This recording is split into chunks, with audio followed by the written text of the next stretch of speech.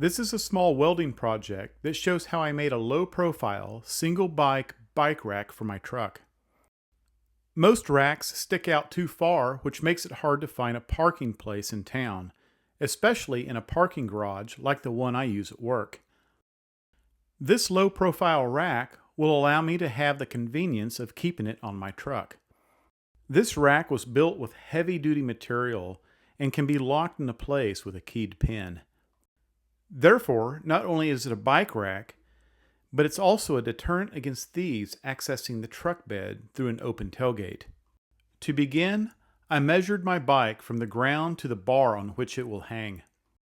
This will be the measurement for the height of the rack in order to significantly clear the ground.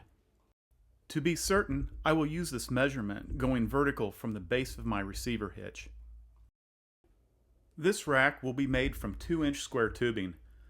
The thickness should not be any less than 1/8 of an inch. However, choose the thickness that suits your needs. You will need a piece that is 5 feet in length. You will also need 2 U-shaped utility hooks like these. Purchase the size that fits your bike frame. Only 3 cuts are needed on the square tubing. All 3 should be cut at 45-degree angles. The following shows their dimensions and orientation. First, measure 7 inches from each end and mark a 45-degree angle as shown here. Then, measure 15 inches in from the mark on the left and make a 45-degree angle mark here.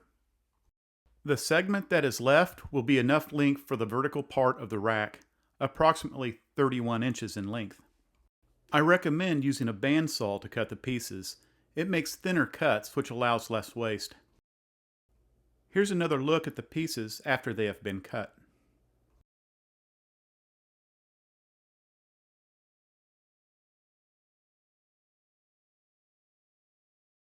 Next, take one of the 7-inch segments and place it in the receiver hitch in this manner. Then, take the 31-inch vertical piece and check the mitered fit. If satisfied with the dimensions and orientation, the piece can be squared and welded together. I recommend using an arrow welding magnet to square the pieces.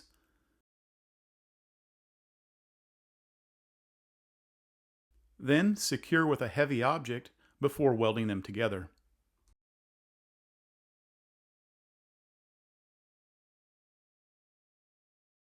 Return this to the receiver hitch and check the other 7-inch piece for fit at the top of the vertical.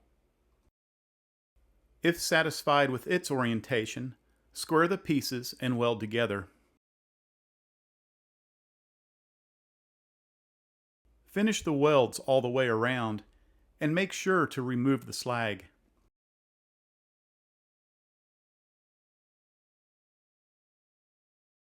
Next, the utility hooks will be placed on the ends of the horizontal piece. This is the cross member on which the bike will rest. Measure and mark the center approximately 1 inch in from each side in this manner. Use a metal punch to tap the marked spot where the holes will be drilled.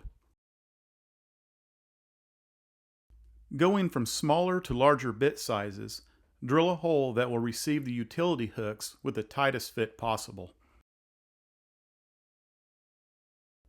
Check the utility hooks for fit in each of the holes in this manner.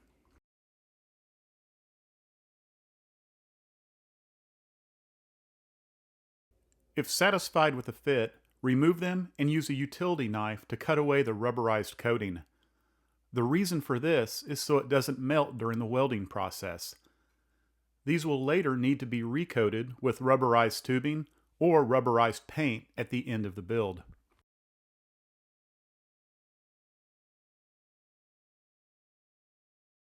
Return the hooks to the holes on the cross member and square using the arrow welding magnet. Weld into place on all sides.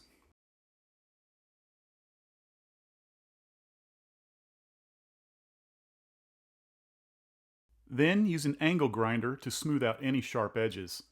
Also, be sure to cut off the threaded end of the hooks beneath. Next, center the cross member onto the existing framework in this manner.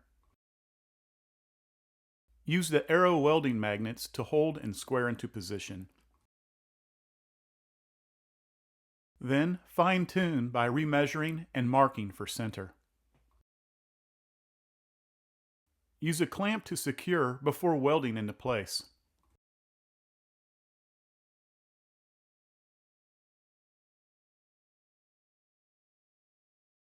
Now return the rack to the receiver hitch and check the bike for fit and function. It's a good idea to pad the hooks with rags so you don't scratch your bike.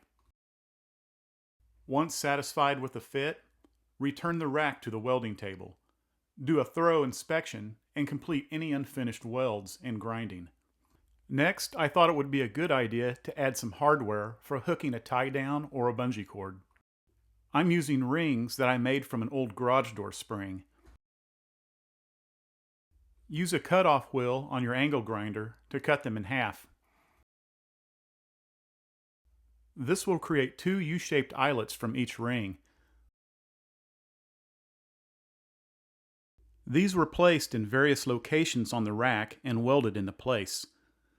When planning their locations, I was careful not to have them protruding towards a hanging bike.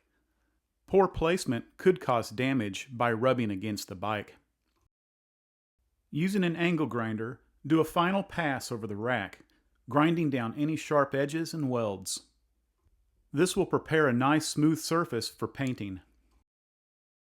Return the rack to the receiver hitch and trace the hitch pin hole using a permanent marker.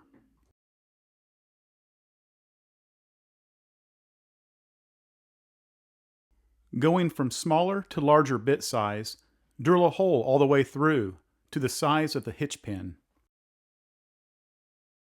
Finally, hang it up and coat with metal primer and paint. Once the paint is dry, coat the utility hooks with rubberized paint, or in this case, plastic tubing. I also recommend adding marker reflectors on both sides and a red reflector on the cross member. However, this is totally optional. The bike rack is now ready to use.